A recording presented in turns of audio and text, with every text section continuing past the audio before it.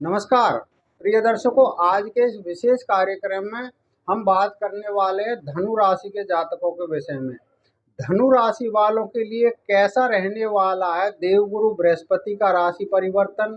आज के इस खास कार्यक्रम में हम इसी विषय पर चर्चा करेंगे और कार्यक्रम के अंत में हम आपको बृहस्पति ग्रह से संबंधित कुछ अचूक उपाय भी बताएंगे, जिनको करने से यदि आपके जीवन में बृहस्पति ग्रह से संबंधित कुछ कष्ट या परेशानी आ रही है तो आपको अवश्य लाभ होगा। देखिए, धनु राशि पर 17 जनवरी 2023 को 7.5 समाप्त हुई थी और उसके बाद में ये 2.5 वर्ष का समय निकला है 29 मार्च 2025 तक का। इन 2.5 वर्षों में शनि महाराज ने इनके तृतीय भाव में संचार किया, जो इनके लिए काफी लाभदायक रहा। किंतु फिर से यानी 7.5 समाप्त होने के 2.5 वर्ष बाद में इनके ऊपर ढैया शुरू हो गई। 29 मार्च से शनि महाराज ने इनके चतुर्थ भाव में संचार कर लिया है, जो इनके ऊपर अशुभ ढैया शुरू हो गई है। किंतु हम इस कार्यक्रम में बात कर रहे हैं बृहस्पति महाराज से संबंधित। धनु राशि वालों के लिए बृहस्पति इनके प्रथम और चौथे दोनों भावों के स्वामी होकर के और वर्तमान में यानी 14 मई 2025 तक इनके छठे भाव में संचार कर रहे हैं। छठे भाव में बृहस्पति का फल खर्च बहुत करवाता है, जिससे आपके ऊपर कर्ज की स्थिति बन सकती है। कोई ना कोई रोग लगा रहता है, शत्रुओं का भय बना रहता है। जितने भी आपके कार्य होते हैं उनमें काफ़ी रुकावटें अड़चनें देखने को मिलती है। भाग दौड़ और संघर्ष इतना बढ़ जाता है कि दिमाग में हमेशा तनाव बना रहता है। ऐसा फल देते हैं बृहस्पति छठे भाव में। किंतु 14 मई को देवगुरु बृहस्पति इनके छठे भाव में से निकल के और इनके 7वें भाव में, जहाँ पर बुध की मिथुन राशि आती है, उसमें संचार करेंगे। मिथुन राशि में यानी कि आपके 7वें भाव में ये 18 अक्टूबर तक रहेंगे और 18 अक्टूबर को फिर से अपना राशि परिवर्तन करके और आपके अष्टम भाव में कर्क राशि में जाकर के उच्च के हो जाएंगे। यहाँ पर ये 5 दिसंबर तक रहेंगे और 5 दिसंबर को फिर से पुनः ये आपके सप्तम भाव में ही आ जाएंगे, जहाँ पर ये 10 मार्च 2026 तक रहेंगे। इस तरीके से बृहस्पति महाराज 12 महीनों में 2 बार राशि परिवर्तन करेंगे, जिनका आपके जीवन में अलग अलग तरीके का प्रभाव देखने को मिलेगा। जब आपके सप्तम भाव में बृहस्पति रहेंगे तो यहाँ पर बृहस्पति का गोचर काफ़ी लाभदायक बताया गया है। आपको धन लाभ के विशेष योग बनेंगे और वाहन सुख आपको प्राप्त हो सकता है। संघर्ष तो सप्तम भाव में बृहस्पति महाराज बहुत करवाते हैं, किंतु आप जितना भी संघर्ष करेंगे उसका आपको अवश्य लाभ मिलेगा। जब आपके सप्तम भाव में बृहस्पति संचार करेंगे तो अपनी पंचम दृष्टि आपके एकादश भाव पर, जहाँ पर शुक्र यानी उनके शत्रु की तुला राशि आती है, तो उस पर डालेंगे।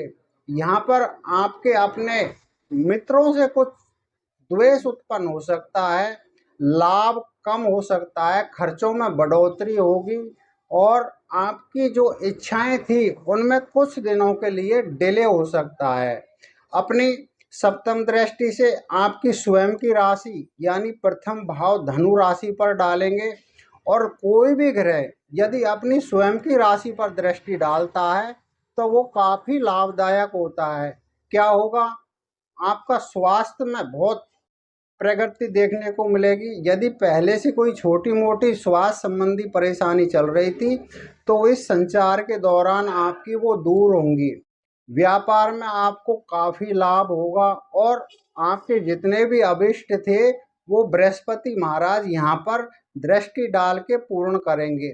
नवम दृष्टि आपके तृतीय भाव पर कुंभ राशि पर डालेंगे। आपके छोटे भाई बहनों से कुछ मतभेद उत्पन्न हो सकता है। पड़ोसियों के साथ में आपका कुछ मनमुटाव हो सकता है। यदि आप डॉक्यूमेंटेशन से संबंधित या कॉन्ट्रैक्टर जैसी लाइन में हैं तो वहाँ भी आपको बिजनेस में कुछ अड़चनें रुकावटें आ सकती है। संघर्ष की स्थिति आपके लिए बहुत ज़्यादा हो सकती है।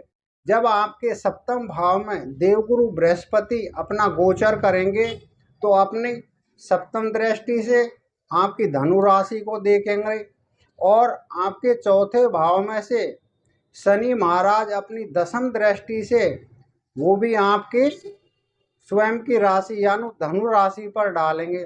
तो बृहस्पति और शनि दोनों ग्रहों का एक ही भाव पर दृष्टि डालना आपके लिए काफी लाभदायक होगा। शनि महाराज कर्म के कारक हैं। जिस भाव पर दृष्टि डालते हैं और जहां पर 10वीं दृष्टि डालते हैं, 10वां भाव काल पुरुष की कुंडली में कर्मों का भाव होता है, जहां से आपके कर्म देखे जाते हैं। तो वहां आपसे कर्म करवाएंगे। आपको अपने शरीर के प्रति लापरवाही नहीं बरतनी है और जिस भी काम में हाथ डाले उसमें पूरा करके ही निकलना है। और बृहस्पति जब अपनी दृष्टि डालेंगे सप्तम, तो वो आपकी जो भी शनि आपसे कर्म करवाएंगे उनमें वो ब्लेसिंग देते हैं, यानी उस कार्य को पूर्ण करवाते हैं। ऐसा शनि और बृहस्पति का एक ही भाव पर दृष्टि डालना आपके लिए काफी लाभदायक रहेगा।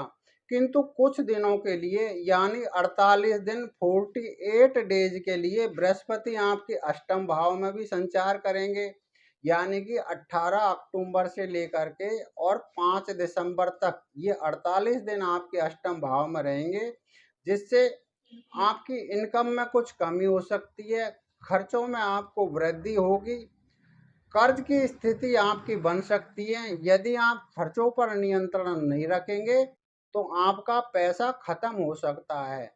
अष्टम भाव में जब बृहस्पति रहेंगे तो आपको लीवर से संबंधित, पाचन क्रियाओं से संबंधित कुछ परेशानियां उत्पन्न हो सकती है। खान पान पर आपको इस गोचर के दौरान विशेष ध्यान रखना है, वरना आपको फूड पॉइजनिंग भी हो सकती है। अष्टम भाव में बृहस्पति शत्रु भय भी देते हैं। आपको मन के अंदर हमेशा भय बना रहेगा कि कोई ना कोई मुझे परेशान करने वाला है।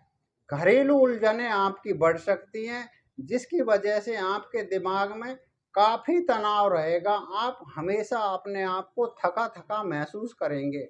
ऐसी स्थिति आपकी 48 दिन तक रहेंगी, किंतु ये 48 दिन के बाद में पुनः आपके अष्टम भाव में से निकल करके और जब आपके सप्तम भाव में आ जाएंगे तो आपकी स्थिति बेहतर हो जाएगी और बृहस्पति आपके लिए काफ़ी लाभदायक सिद्ध हो जाएंगे। प्रिय दर्शकों, जिन ग्रहों बृहस्पति महाराज से जिन जातकों के जीवन में कुछ कष्ट या परेशानी, तनाव देखने को मिल रहा है, तो ऐसे जातकों को बृहस्पति महाराज के ठीक करने के लिए केसर का तिलक या हल्दी का तिलक माथे पर लगाना चाहिए और अपनी नाभि पर भी केसर और हल्दी लगानी चाहिए।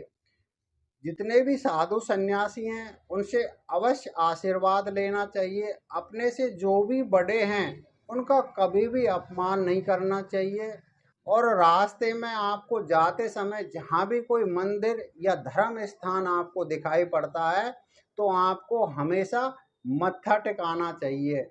यदि आप ऐसे ज्योतिष शास्त्र के उपायों को अपने जीवन में काम में लाते हैं तो आपको बृहस्पति ग्रह से संबंधित कष्ट या परेशानियों से छुटकारा मिलेगा। ये कार्यक्रम में जो भी फलादेश किया गया है वो बृहस्पति के गोचर काल का है, लगन कुंडली का नहीं है। लगन कुंडली में बृहस्पति महाराज के जिन भावों में होते हैं उनके फल का अलग प्रेडिक्शन होता है और हो सकता है कि हमारे बताए गए फल में कोई त्रुटि हो सकती है। क्यों? क्योंकि आपकी जन्म कुंडली में बृहस्पति महाराज की जिस प्रकार की स्थिति है वैसा ही वो आपको फल देते हैं। और किन ग्रहों की आपके ऊपर महादशा चल रही है उनका भी एक बहुत बड़ा महत्व होता है। और बृहस्पति के अलावा भी बाकी ग्रह हैं, वो भी आपके जीवन में तरह तरह के जैसे ही गोचर होता है तो फल प्रदान करने वाले होते हैं। तो ये कार्यक्रम आपको कैसा लगा, इस विषय में आप अपनी राय कमेंट बॉक्स में अवश्य दें। और यदि अभी तक आपने हमारा चैनल सब्सक्राइब नहीं किया है तो इस बार चैनल को सब्सक्राइब कर लीजिए, जिससे आने वाले वीडियो का नोटिफिकेशन सबसे पहले आपको प्राप्त हो।